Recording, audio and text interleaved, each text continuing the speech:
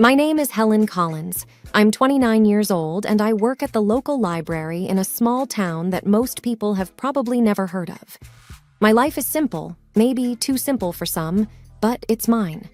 I've always been the quiet type, preferring the company of books to the loud outside world.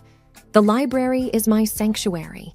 It's a small, old building with creaky floors and shelves that have seen better days. But to me, it's perfect. Every day, I open the library doors at 8 a.m., turn on the lights, and breathe in the familiar scent of books. It's a routine that never gets old. My parents passed away when I was young, so I was raised by my grandmother. She was a kind woman, always encouraging me to read and learn. But she's gone now too, and I'm all alone. No siblings, no close relatives, just me and my small world. Good morning, Helen.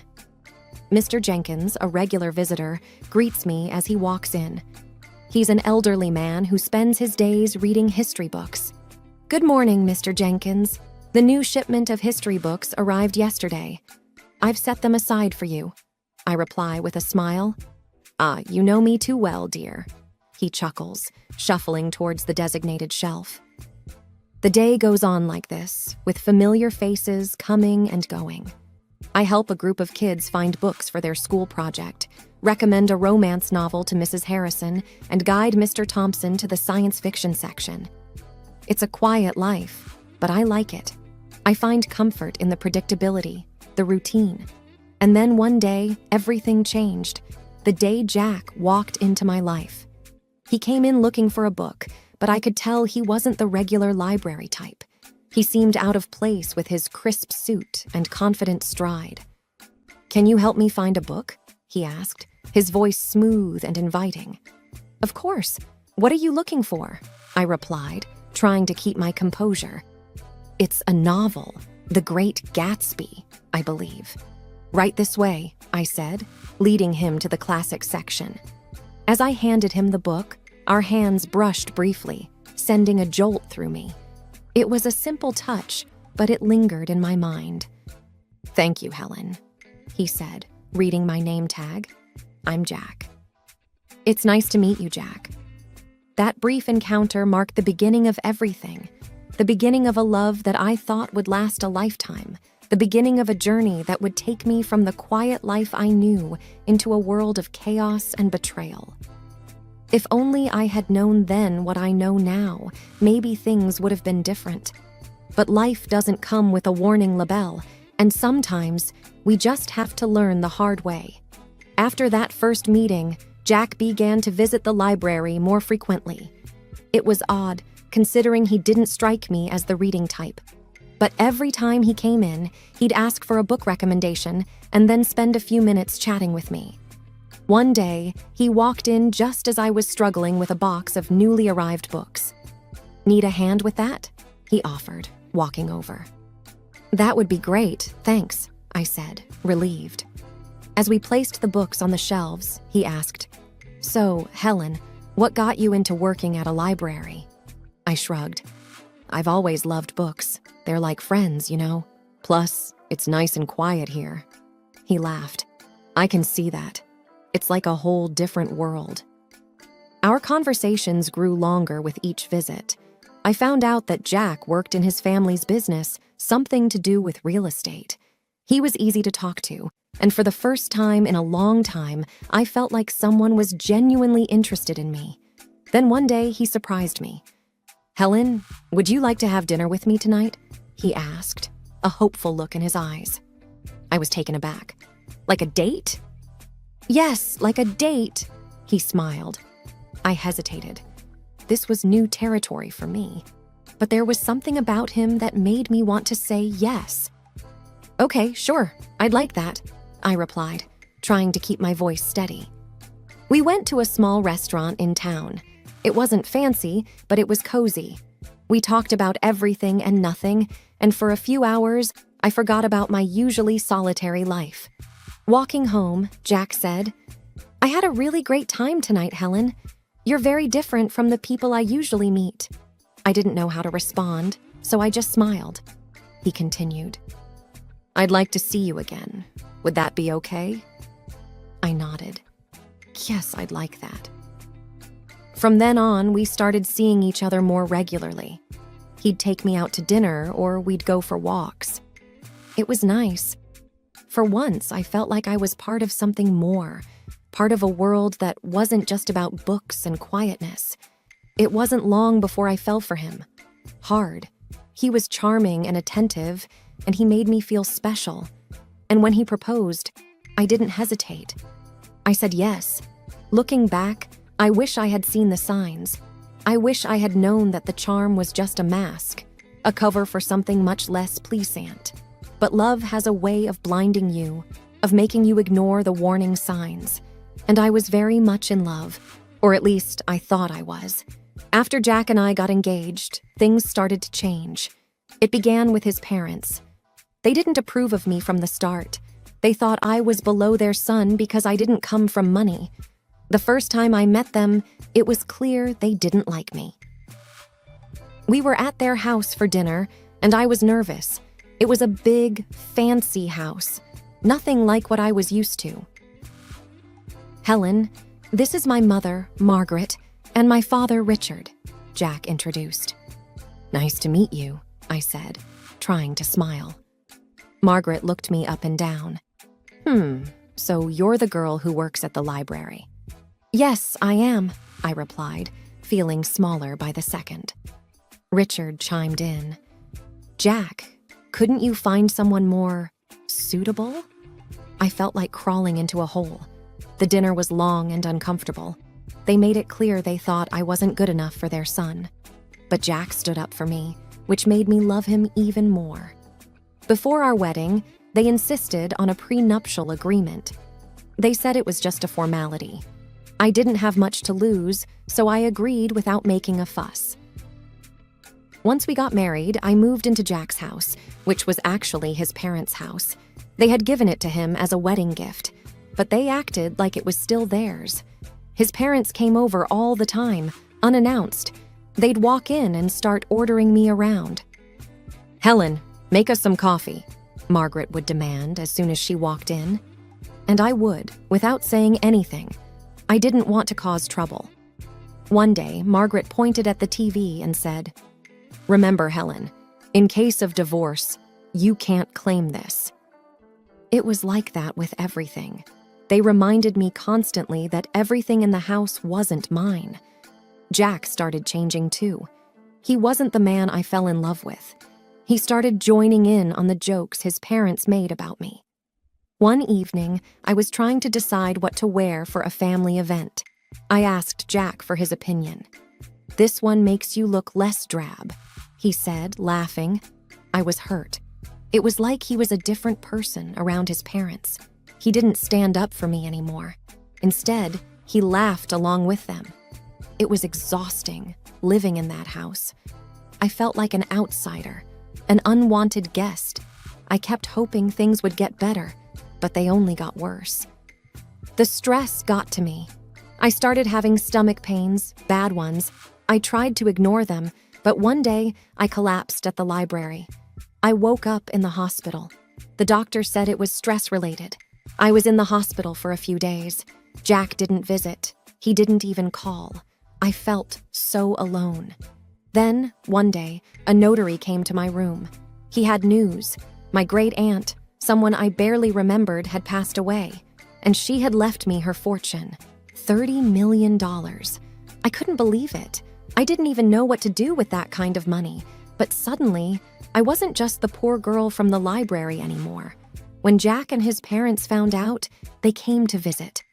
Suddenly, they were all smiles and sweetness. "Darling, we're so happy for you," Margaret said, her voice dripping with fake concern. "Yes, we're a family. We should support each other," Richard added. I didn't buy it. It was too much of a change. After they left, I overheard them talking outside my room. They didn't know I was listening. "She's such a fool. Can you believe our luck?" Jack laughed. "We need to make sure she doesn't leave you, Jack. Maybe you should have a child with her." "That will tie her down," Margaret suggested. I felt sick to my stomach. These people didn't care about me. They just wanted my money. I knew then what I had to do. I had to get out of that house, away from these people. I had to take control of my life. I wasn't going to be their victim anymore. I left the hospital with a plan in my mind. I knew what I had to do. As I got home, Jack and his parents were waiting. They were all smiles, acting like the caring family they never were. "Oh, Helen, we were so worried about you," Margaret exclaimed. I nodded but didn't say much.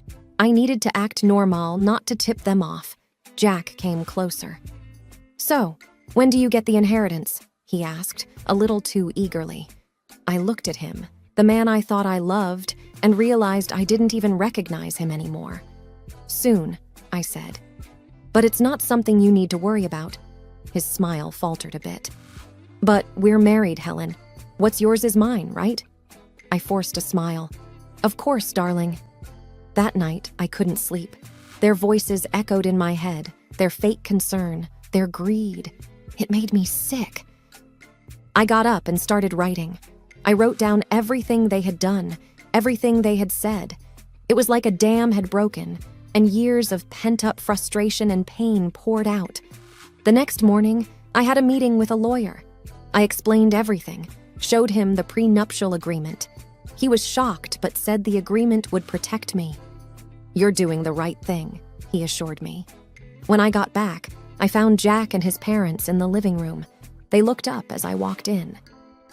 "There she is, our brave girl," Richard said with a smile that didn't reach his eyes. I sat down, clutching my purse. "I have something to say." They all looked at me, curious. "I'm filing for divorce," I said, my voice steady. The room went silent. Then Margaret erupted. "What? You ungrateful little—" Jack was on his feet. "Helen, you can't be serious. We love you." "Do you, Jack?" "Because I don't feel loved. I feel used." Margaret was fuming. "We'll sue you. We'll take half of your inheritance." I reached into my purse and pulled out a copy of the prenuptial agreement. "Actually, you can't. This says neither of us can claim the other's property in case of divorce." They were speechless. For the first time, I felt in control. I stood up. "I'm leaving. I don't want any of you to contact me." I walked out of that house, their shouts and insults trailing behind me. It was the hardest thing I'd ever done. But as I drove away, I felt a weight lift off my shoulders. I was free from their disdain, their manipulation. For the first time in a long time, I felt like I could breathe. I didn't know what the future held, but I knew it had to be better than the past. I rented a small apartment in the city. It was nothing fancy, but it was mine. For the first time in years, I felt a sense of peace. I was still dealing with the divorce, but I felt like I could handle it. One day, I got a call from the lawyer. "Helen, there's something you should know about your great-aunt's will." I was puzzled. "What about it?" "There's a condition. You need to use a portion of your inheritance for a charitable cause. It was your great-aunt's final wish." I was surprised. I had no idea. The lawyer continued. "She was quite the philanthropist. It seems she wanted to pass that on to you." I hung up the phone, deep in thought. My great-aunt had given me a chance to do something good. It felt like a sign, a push in a new direction. I started researching charities and causes. I wanted to do something meaningful, something that would make a difference. That's when I stumbled upon a small organization that helped women who were victims of domestic abuse. It struck a chord with me. I contacted them and set up a meeting. The woman I met, Linda, was passionate and dedicated. "We provide shelter, legal aid, and counseling to women who have nowhere else to go," Linda explained. I listened, moved by the stories she shared. "I want to help," I said, feeling a sense of purpose I hadn't felt in years. With Linda's guidance, I used a part of the inheritance to fund a new shelter. It was an incredible feeling, knowing I was helping other women find a way out, just like I had. A few weeks later, Linda invited me to the opening of the shelter. It was a small event, but the atmosphere was full of hope and gratitude. As people mingled, I noticed a familiar face in the crowd. It was Sarah, an old colleague from the library. "Helen, is that you?" she asked, surprised. "Sarah, it's been so long," I said, hugging her. "What are you doing here?" she asked. I told her about the shelter, about my involvement. She listened, her eyes wide. "That's incredible, Helen. I had no idea." "It's a new chapter for me," I said, smiling. We spent the evening catching up. It felt good to reconnect with an old friend. It felt like pieces of my life were slowly falling back into place. As the event wrapped up, Linda came over. "Helen, I can't thank you enough. This shelter will change lives." I looked around at the faces of the women who now had a safe place to go. "It's the least I could do," I said, feeling a warmth in my heart that I hadn't felt in a very long time. The days started to blend into one another, each filled with the rewarding work at the shelter. I was finding a new sense of purpose, something that was truly mine. Then, out of the blue, my phone rang. It was a number I hadn't seen in a while, Jack's. My heart raced with a mixture of emotions, but curiosity won. "Hello, Jack," I said, my voice calm. "Helen, I need to talk to you. Can we meet? It's urgent." His voice sounded desperate. Reluctantly, I agreed to meet him at a public coffee shop, hoping that being in a familiar place would give me strength. Sitting across from Jack, he looked different, defeated, almost pitiful. His eyes were pleading. "Helen, I made a huge mistake. I want you back. I've realized how much you mean to me," he blurted out. I looked at him, feeling nothing but contempt. "Why now, Jack?" He sighed. "My parents, they controlled everything. They were the reason our marriage failed. I was weak, but I'm different now." I felt a surge of anger. "You blame your parents? You stood by while they treated me like dirt. You laughed with them, Jack." He reached for my hand, but I pulled away. "Please, Helen, I know I was wrong. I've changed." I stared at him, seeing the man I once loved but now felt nothing for. "Changed or not, it's too late. I feel nothing for you, Jack. Nothing but contempt." His face fell, and for a moment, I saw a glimpse of the man I married. But it was fleeting. "I'm sorry, Jack. I've moved on.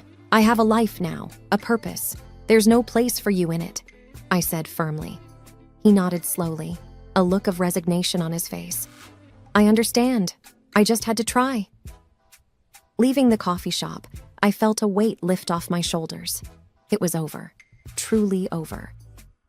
The next day, there was an event at the shelter. A local artist had donated a sculpture, and it was to be unveiled in the garden. As I stood there, surrounded by people who supported and believed in me, I felt a sense of belonging.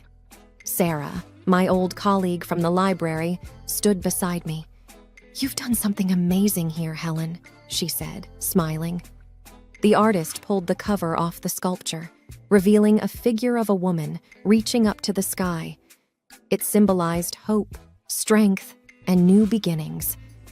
Applause filled the air, and for a moment, everything felt right in the world. Linda, the woman who had helped me so much, came over. "Helen, this is just the beginning. There's so much more we can do." I looked around at the faces filled with hope and knew she was right. This was my new beginning, and I was ready to embrace it fully. My new life was busy and fulfilling. Every day at the shelter brought new challenges and rewards. My confidence grew, and for the first time in years, I felt in control of my destiny. I even started taking self-defense classes, something I would have never imagined doing before. One day, as I was leaving the shelter, I saw a car parked outside. It was my mother-in-law, Margaret, and she stepped out as soon as she saw me. "Helen, we need to talk," she said, her voice softer than I'd ever heard. "I have nothing to say to you, Margaret," I replied, my voice steady. "Please, just hear me out. I've realized how wrong we were," she pleaded. I stopped and looked at her. She seemed genuine, but I couldn't forget the past. "What do you want, Margaret?" "I want to apologize." I treated you terribly. I've lost my son because of it, and I don't want to lose you too. You were like the daughter I never had," she said, her eyes glistening with tears. I felt a pang of something, sympathy, perhaps, but I pushed it away. "Margaret, you made my life a living hell. An apology won't change that. I've moved on, and I suggest you do the same," I said firmly. She reached out to me, but I stepped back. "Please, Helen, I know I can't undo the past, but I want to make things right." I shook my head. "It's too late for that. Goodbye, Margaret." As I walked away, I felt her gaze on my back, but I didn't look back. I had learned to stand up for myself, and there was no going back to the way things were. The next day, I received a letter from Jack's lawyer. He was contesting the divorce settlement. I wasn't surprised, but I was ready. I met with my lawyer, a sharp woman named Rachel. "He's got no leg to stand on, Helen. The prenuptial agreement is clear. He's just trying to intimidate you," she said confidently. I nodded. "I'm not afraid of him anymore. Let's fight this." The court date arrived, and I walked in with my head held high. Jack was there with his lawyer, and for a moment, our eyes met. There was a flash of the old Jack, the one I had loved, but it vanished quickly. The judge listened to both sides and then made her decision. The prenuptial agreement stood, and Jack's claims were dismissed. I felt a surge of relief and triumph. After the court session, Jack approached me. "Helen, I'm sorry. I was wrong," he said, his voice low. I looked at him, seeing the man I once loved, but now felt nothing for. "Goodbye, Jack. Take care of yourself," I said, and walked away. As I left the courtroom, I felt a sense of closure. That chapter of my life was finally over, and a new one was just beginning. At the shelter, we were planning a fundraiser, and it was taking all my attention. The support from the community was overwhelming, and I felt a deep sense of gratitude. The night of the fundraiser arrived, and the place was buzzing with energy. People from all walks of life had come to support our cause. As I looked around, I realized how far I had come. From a quiet, timid woman to someone who stood up for herself and others. "Helen, you did it. This is amazing," Sarah said, coming up to me. I smiled. We did it. And there's so much more to do. As the event went on, I felt a sense of accomplishment and purpose. This was my life now, and I was exactly where I was meant to be.